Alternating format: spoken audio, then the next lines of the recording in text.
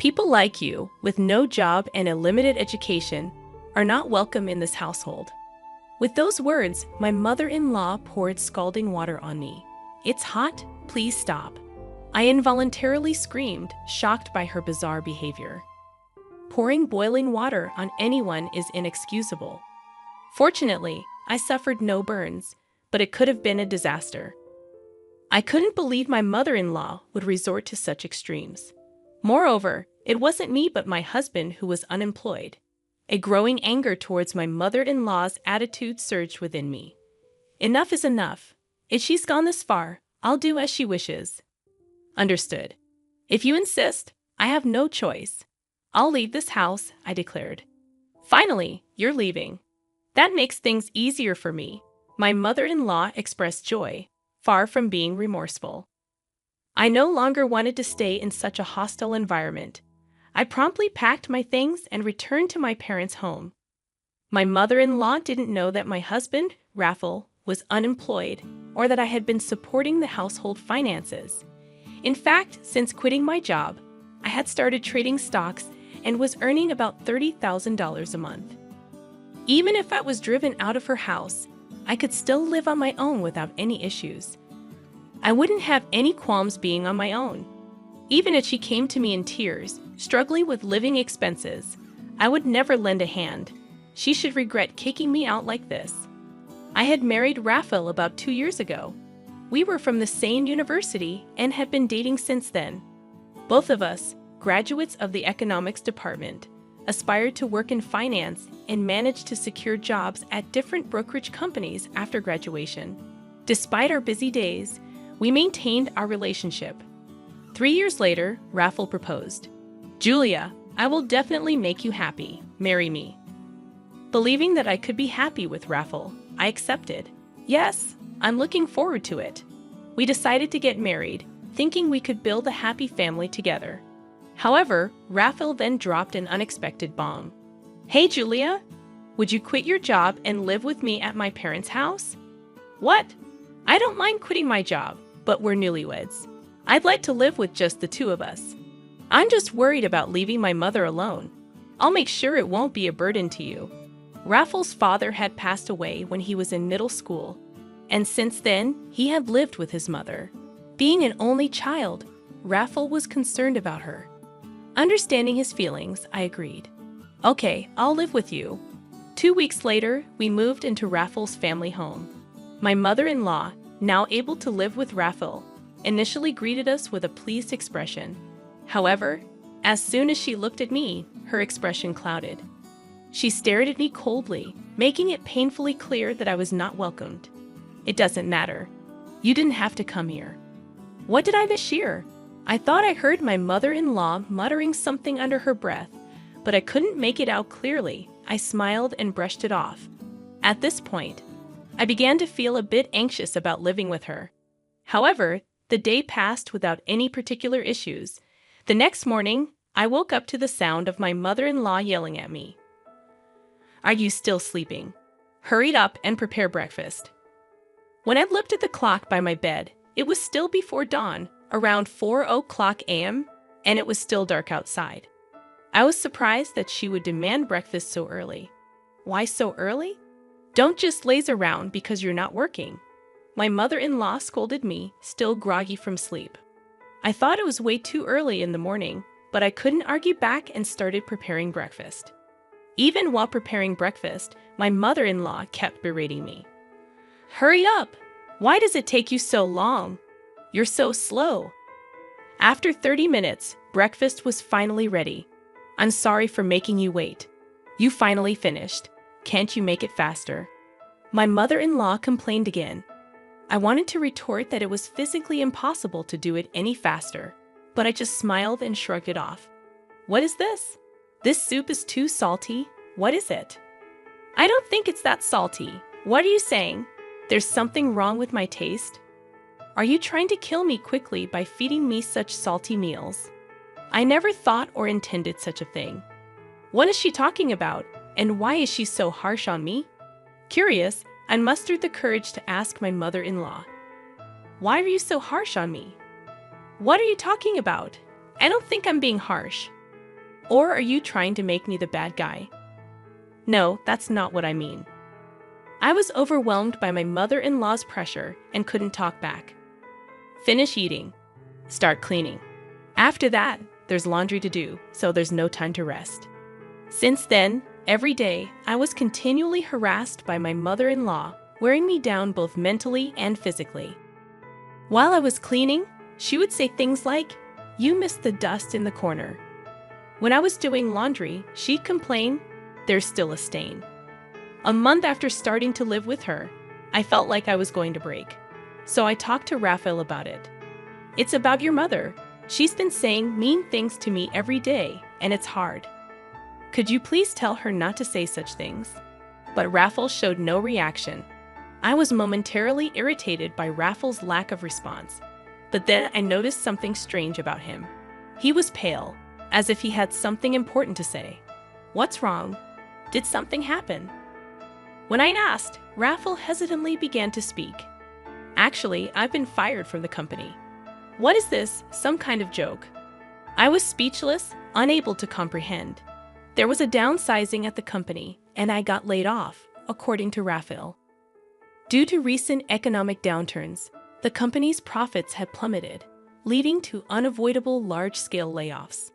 "So you'll be unemployed from tomorrow." "Well, I can work for one more month after receiving the notice of dismissal. But after that..." Fortunately, I had been using my knowledge from my time at the securities company to trade stocks. Although I struggled at first, I was now earning about $30,000 a month, so we weren't struggling financially. I was comforting Raphael and had forgotten about all the harassment from my mother-in-law. From the next day onwards, I endured my mother-in-law's harsh treatments as Raphael lost his job. Feeling the need to be strong and support him, I continued to endure the situation. A month passed, and Raphael was officially laid off and became unemployed. He started looking for a job initially, but gradually he began to spend most of his time at home, making excuses. "Shouldn't you start looking for a job more seriously?" I suggested. "Yeah, I'm looking, but it's hard to find a good company that will suit me," Raphael replied, seemingly having no intention of actively seeking new employment. Reluctantly, I continued to support our household. As time passed, the harassment from my mother-in-law intensified, and I grew increasingly exhausted. Initially, I thought I had to endure it because Raphael was unemployed, but I no longer felt that way. I spent my days feeling listless. One day, Raphael unusually went out in the morning.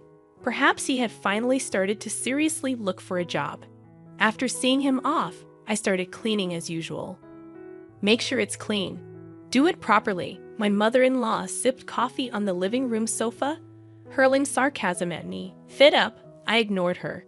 Suddenly, she threw a tantrum and yelled at me. "How dare you ignore me? You're just a mere daughter-in-law. You don't even have a job." Ignoring her, I continued cleaning. She grew angrier and confronted me. "Still ignoring me? Unemployed and uneducated people like you should leave this house." She yelled and then poured boiling water on me, the hot water she had prepared for her coffee. "It's hot, please stop." I screamed involuntarily at her sudden action. Thankfully, the water wasn't super boiling hot, so I didn't suffer any burns, but it could have been a disaster. Finally reacting, she said, "This is what I've been saying. If you're not working, leave this house." She smirked as she spoke. Fed up with her behavior, I had no choice but to agree to her demand. "All right, I'll leave." "Good. That makes things easier. Leave quickly." I quickly packed my things and decided to leave that day. I no longer wanted to spend another second in that house. I left, heading straight to my parents' home. Upon arrival, my parents were surprised by the sudden visit, but welcomed me warmly. I waited for a call from Raphael, but there was neither a phone call nor a message. Feeling a bit lonely, I decided not to contact him until he reached out. A month passed since I returned to my parents' house, but there was still no contact from Raphael. My feelings for him faded, and I started considering divorce. One early morning, the doorbell at my parents' house rang. On the monitor, I saw, to my surprise, Raphael and my mother-in-law. What now, after all this time? I thought. Yes, what can I do for you? I've forgiven you. Now come back home quickly, she yelled through the intercom as usual. Forgiving me? What's she talking about? I appreciated her words, but I hadn't done anything that required forgiveness from her. After telling her that, I ended the intercom call, boiling with anger at my mother-in-law's attitude. However, they were persistent, banging on the front door violently. Don't just hang up on me. Come on, let's go back, my mother-in-law yelled. Considering the noise they were making could become a hassle to the neighborhood, I reluctantly opened the door, inviting my mother-in-law and Raphael inside after seating them on the sofa in the living room. I inquired about their unexpected visit, wondering why they were both there all of a sudden.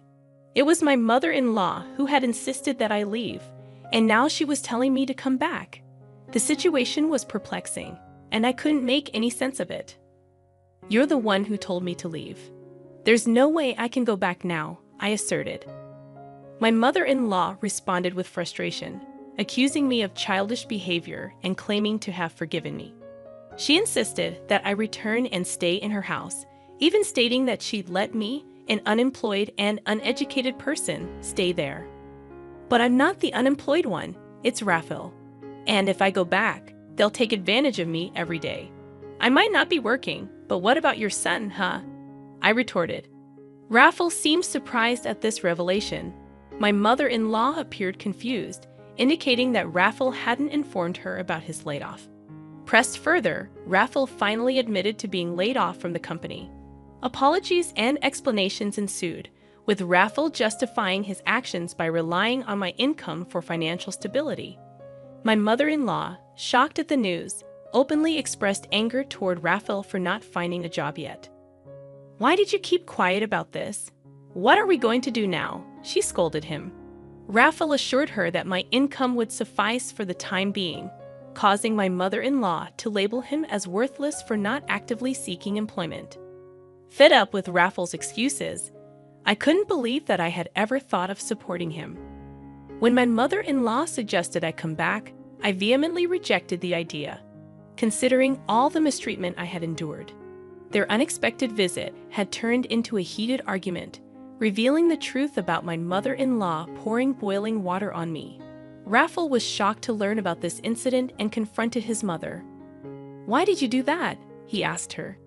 She admitted to the act, attributing it to my ignoring her. The revelation sparked a heated exchange between Raphael and his mother, prompting me to intervene and urge them to take their arguments home. Realizing the impact of their loud arguments on someone else's house, my words prompted a change in their attitudes. Previously assertive and bold, they now pleaded with me to come back, promising that they wouldn't cause any harm again. Despite their pleas, I saw through their intentions. Raphael's promise to find a job seemed insincere, and my mother-in-law's assurance not to cause trouble appeared dubious. I voiced my skepticism, stating that their words were pointless and that they would only take advantage of me. Their silence confirmed my suspicions, and I left them in the living room, heading to my room, leaving them to contemplate their actions. When I returned to the living room 5 minutes later, they were still sitting in silence with their heads down. Frustrated by the prolonged silence, I questioned, "How long do you plan to stay quiet? It doesn't matter to me anymore." Instead of a response, Raphael signed something. I had handed him a pre-filled divorce form with my name on it. Surprised by the document, Raphael looked utterly confused.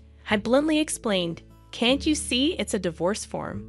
I'm done with someone who won't find a job and didn't even contact me after I went back to my parents' house." "Do wait, please.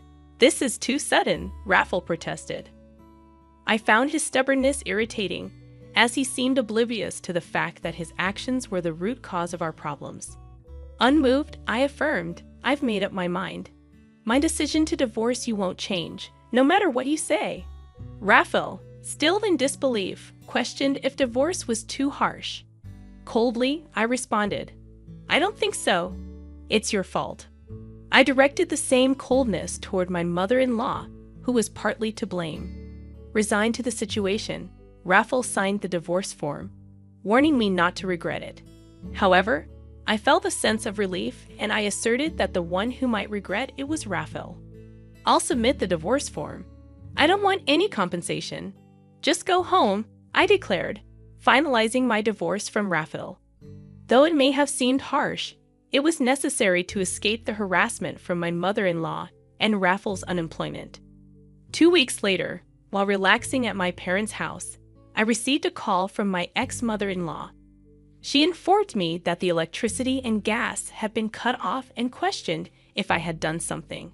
I explained that I had stopped paying for Raffle and her living expenses. Hoping for my assistance, she asked if I could cover it just for the month. I found her request absurd, considering we were no longer a couple and didn't live together. I firmly declined, suggesting she ask Raffle for help, as he had promised to find a job. Unable to comprehend my refusal, she pleaded for help, playing the ex-wife card.